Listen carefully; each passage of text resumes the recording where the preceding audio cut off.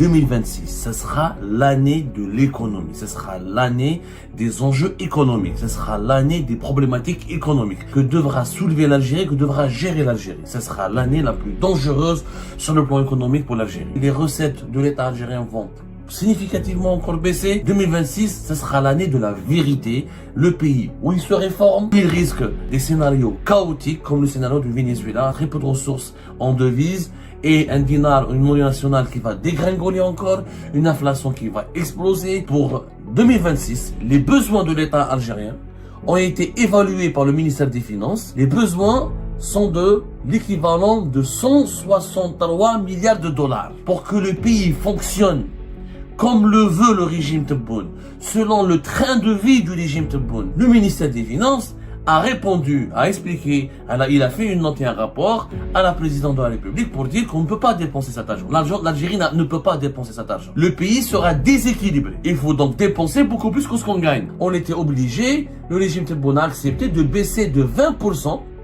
ce budget de l'État, le budget de l'État algérien pour 2026. Il a été ramené à 132 milliards de dollars, l'équivalent de 132 milliards de dollars. L'Algérie, l'État algérien vit au-dessus de ses moyens. Et l'État algérien ne crée pas de richesse. Il gaspille son argent que dans les subventions sociales, comme dans les salaires des fonctionnaires. Je le dis et je le redis. Et je le redirai et je le dirai à chaque fois. 2026, ce sera l'année de l'économie. Ce sera l'année des enjeux économiques. Ce sera l'année des problématiques économiques. Ce sera l'année des défis économiques et financiers que devra soulever l'Algérie, que devra gérer l'Algérie. Ce sera l'année la plus dangereuse sur le plan économique pour l'Algérie. Ce sera l'année pendant laquelle on va s'approcher de la barre symbolique des 50 millions d'habitants. L'année durant laquelle les recettes de l'État algérien vont significativement encore baissé après une 2024-2025 où l'argent du pétrole et du gaz n'ont pas constitué, où les recettes du pétrole et du gaz ont drastiquement baissé et le pétrole et le gaz ne constituent plus une bouée de sauvetage pour le régime algérien, notamment pour l'Algérie en général et pour le fonctionnement du régime algérien en particulier. 2026, ce sera l'année de la vérité, le pays où il se réforme, où il risque d'affronter dès les années prochaines, 2027-2028, des scénarios chaotiques comme le scénario du Venezuela, à savoir très peu de richesses, très peu de ressources en devises et un dinar, une monnaie nationale qui va dégringoler encore, une inflation qui va exploser, des incapacités financières de l'État algérien à faire face aux pénuries et aux besoins élémentaires du pays et une paralysée économique qui empêchera la stabilité du pays, qui pourra même mener le pays vers une crise d'instabilité très dangereuse. Les chiffres parlent d'eux-mêmes. Pour 2026, nous avons obtenu des documents de la part du ministère des Finances au départ, pour essayer de booster l'économie, pour essayer de renforcer le développement du pays, pour essayer de répondre à tous les besoins formulés par l'ensemble des institutions et des ministères qui composent l'État algérien. Il y a eu une évaluation financière qui a été effectuée par le ministère des Finances. L'ensemble des institutions de l'État, des organismes publics et des ministères qui composent le gouvernement ont adressé des besoins au ministère des Finances à la fin de l'année 2025 qui a donné lieu à une facture globale extraordinaire et inédite. Il faut savoir que pour 2026, les besoins de l'État algérien ont été évalués par le ministère des Finances en se basant sur les besoins formulés, sur les demandes formulées par tous les différents ministères et institutions de l'État algérien. Les besoins sont de l'équivalent de 163 milliards de dollars. 163 milliards de dollars. Pour que le pays, je m'explique bien, pour que le pays fonctionne comme le veut le régime Tebboune, selon le train de vie du régime Tebboune, selon l'agenda du régime Tebboune, selon la feuille de route du régime Tebboune, l'Algérie a besoin de consommer, a besoin de dépenser en 2026 l'équivalent de presque 164 milliards de dollars. Plus exactement, 163,9 milliards de dollars. Donc, on peut dire 164 milliards de dollars. Ça, c'est une évaluation qui a été faite par le ministère des Finances, que nous avons qui a été écrite noir sur blanc dans un document officiel du ministère des Finances que nous avons obtenu au cours de nos investigations. Les besoins de l'État algérien pour 2026 étaient de plus de 21 299 000 milliards de dinars. Presque l'équivalent de 164 milliards de dollars. Le ministère des Finances a répondu, a expliqué, il a fait une note et un rapport à la présidente de la République pour dire qu'on ne peut pas dépenser cet argent. L'Algérie ne peut pas dépenser cet argent. Parce que si on a dépensé 163 milliards de dollars, l'équivalent de 164 milliards de dollars, à savoir plus de 21 219 milliards de dinars, on aurait eu un impact, on aurait eu un déficit budgétaire au niveau de l'État, au niveau du trésor public, qui serait phénoménal. L'Algérie, depuis l'arrivée d'Abdelmadjid Tebboune, elle collectionne les déficits budgétaires. C'est-à-dire que l'État dépense beaucoup plus que ce qu'il gagne. En 2025, l'Algérie devait atteindre un déficit budgétaire de plus de l'équivalent de 62 milliards de dollars. Ça a été une catastrophe. Au cours du deuxième semestre de l'année, Abdelmadjid Tebboune a été alerté par le ministère des Finances que si on va vers un déficit budgétaire de l'équivalent de 62 milliards de dollars, le pays sera déséquilibré. Voilà, déséquilibré. Parce que pour le déficit budgétaire, c'est quoi encore une fois? C'est la différence entre ce que les recettes qui entrent dans les caisses de l'État et les dépenses qui sortent des caisses de l'État. La différence, elle était de l'ordre de 62 milliards de dollars. Ça veut dire quoi? Ça veut dire qu'il faut compenser. Il faut trouver cet argent, il faut financer ce déficit. Il faut donc dépenser beaucoup plus que ce qu'on gagne. Mais le différentiel, il faut le trouver quelque part. On n'a plus de fonds de régulation des recettes. Auparavant, l'Algérie, depuis l'époque de Bouteflika, pour financer la dette publique et les déficits budgétaires, on a créé un fonds qui s'appelle le fonds de régulation des recettes. C'est quoi ce fonds? C'est un fonds spécial qui, contre le baril du pétrole, on fait une loi de finances sur la base d'un prix. La différence entre ce prix et le prix réel des marchés, on prend la différence, on met une partie dans les réserves de change pour alimenter les réserves de change du pays, une partie dans le fonds de régulation de recettes. Et ce fonds de régulation des recettes, quand il y a des déficits, des dépenses, quand il n'y a pas assez de recettes, l'État puise. Or, ce fonds de régulation des recettes, il est puisé. Classe. En 2022, on a pu le réalimenter grâce à un prix très élevé du pétrole et du gaz et grâce à la crise énergétique provoquée par la guerre en Ukraine. Mais depuis 2024, au cours de l'année 2024, il n'y a plus d'argent dans ce fonds de régulation des recettes. Donc, qu'est-ce qu'il faut faire? Il faut imprimer. Pour couvrir le déficit, il faut financer, il faut imprimer de l'argent.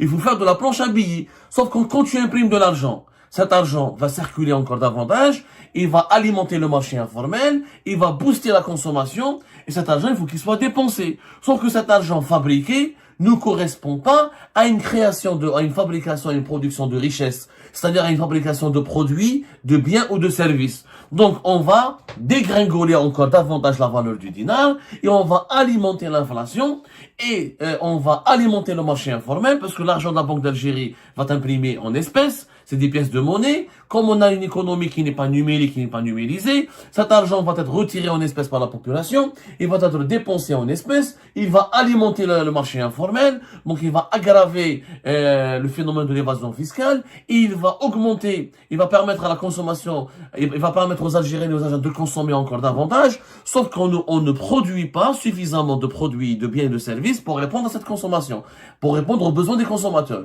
Du coup, on va gonfler les importations.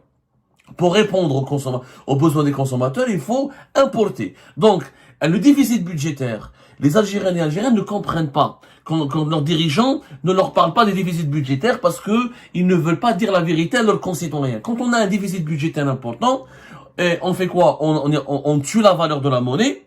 Parce que la valeur du dinar, plus le dinar circule beaucoup et sans qu'il y ait une véritable production de richesse et de biens, la valeur de la monnaie, elle chute. Ça devient une monnaie de monopole. Plus d'inflation, donc moins de pouvoir d'achat pour les citoyens, et à la fin, plus d'importation.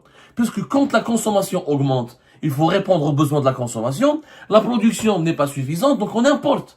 Donc l'État, en fabriquant des dinars, il risque de dépenser des devises. Et avec les Algériens, ils veulent dépenser. Ils ont besoin de pneus, pièces de rechange, de nourriture, ils ont besoin de vêtements, etc.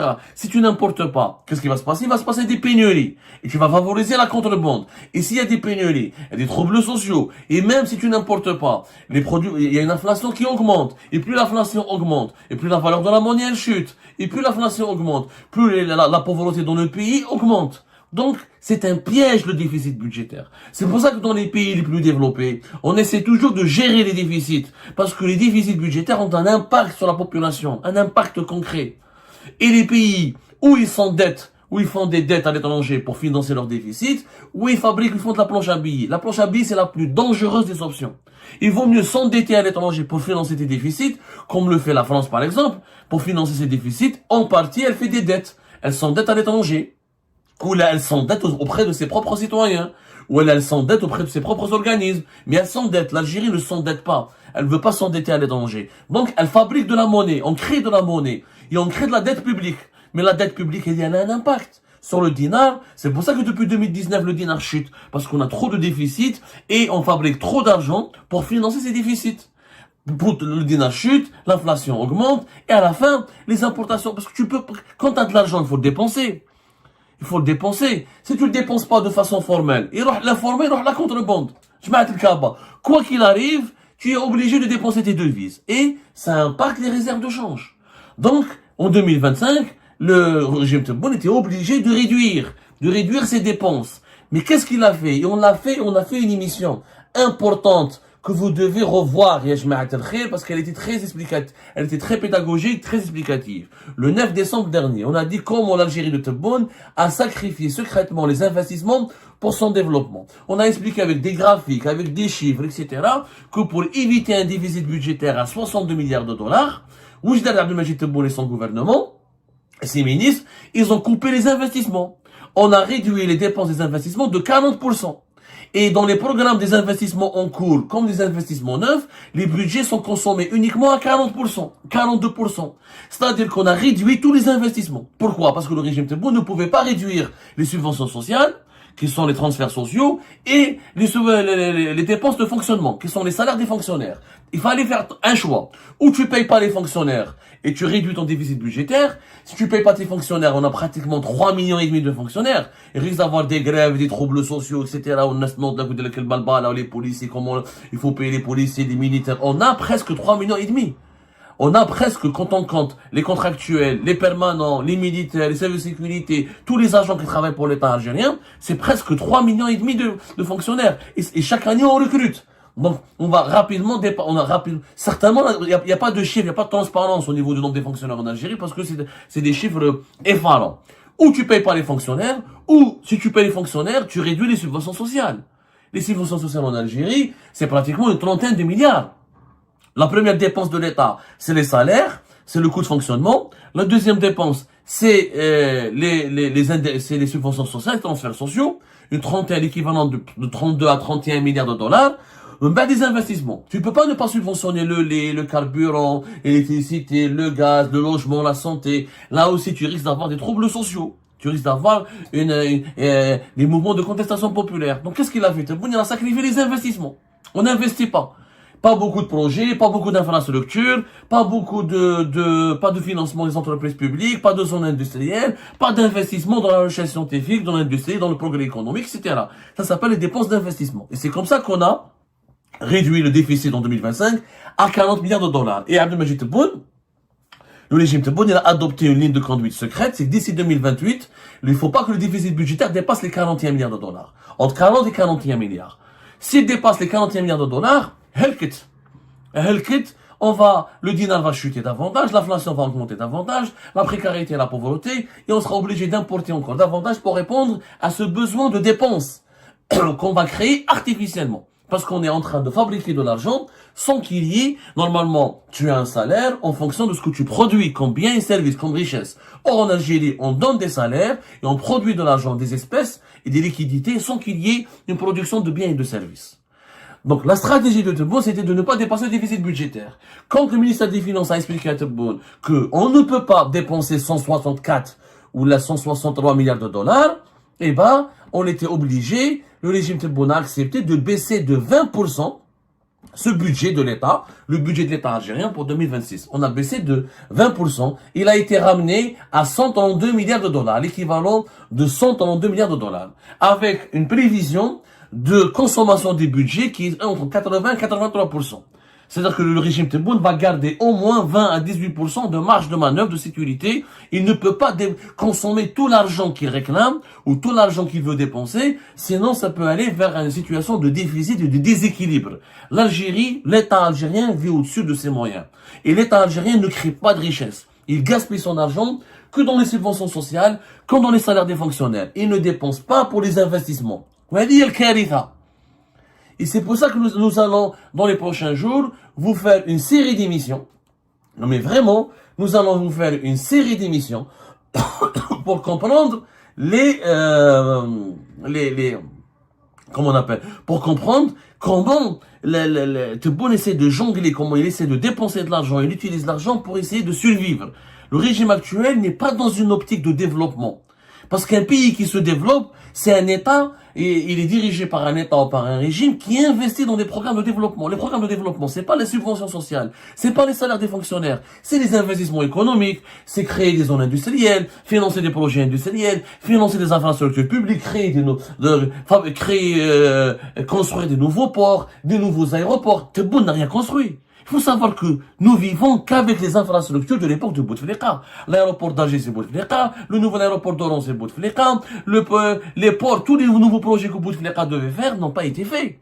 Comme le port de Cherchel, etc., qui n'a pas été fait. Al-Hamdaniya, etc. L'autoroute, à l'époque de Bouteflika, on devait faire une deuxième autoroute Est-Ouest, qui sera l'autoroute des hauts plateaux. Une jumelle de l'autoroute, mais au niveau des hauts plateaux. Ça a été abandonné. Tebboune a voulu faire croire aux Algériens, qu'il veut faire Rajbilet, le train, etc. Mais c'est des projets qui ne payent pas, qui ne ramènent pas d'argent. Et on expliquera plus tard pour Rajbilet que ça va nous coûter une blinde et beaucoup d'argent pour rien. Donc, on n'investit pas avec Tebboune, il n'y a pas d'investissement. Il n'y a que les subventions sociales et les salaires des fonctionnaires. C'est un régime de survie. Ce n'est pas un régime qui cherche à développer le pays. Donc, Tebboune n'avait pas d'argent. Il voulait dépenser 164 milliards de dollars. Il n'avait pas d'argent. Il était obligé de baisser de 20%. Et encore, avec cette baisse de 20%, il va gérer les investissements. Vous allez voir qu'en 2026, il fera comme en 2025, le taux de consommation du budget d'investissement ne va pas dépasser les 40%. Pourquoi? Parce qu'il va laisser cet argent en sécurité pour l'utiliser pour couvrir le déficit. Tebboune, il est confronté à un défi. Il a trop de déficit. Il a compris que s'il dépasse la barre des 40 milliards de dollars de déficit budgétaire, il sera dans de sales draps et il va déséquilibrer dangereusement le pays. Et ben voilà, c'est la fin de cette vidéo. Je vous remercie toutes et tous, comme d'habitude, pour avoir suivi la vidéo jusqu'à la fin. N'oubliez pas de nous laisser vos commentaires et vos réactions sur le sujet de cette vidéo et de partager le contenu si ça vous intéresse. Et je tiens toujours à remercier nos abonnés et les personnes qui réagissent de façon régulière sur nos vidéos et qui nous suivent et qui nous laissent des commentaires. Donc merci beaucoup pour votre dynamisme et pour votre sens de partage et de discussion. Donc voilà, sans vous, ce contenu n'a pas vraiment de valeur sans cette communauté qui ne cesse de s'accroître. Donc merci beaucoup et à la prochaine dans une nouvelle vidéo. Au revoir.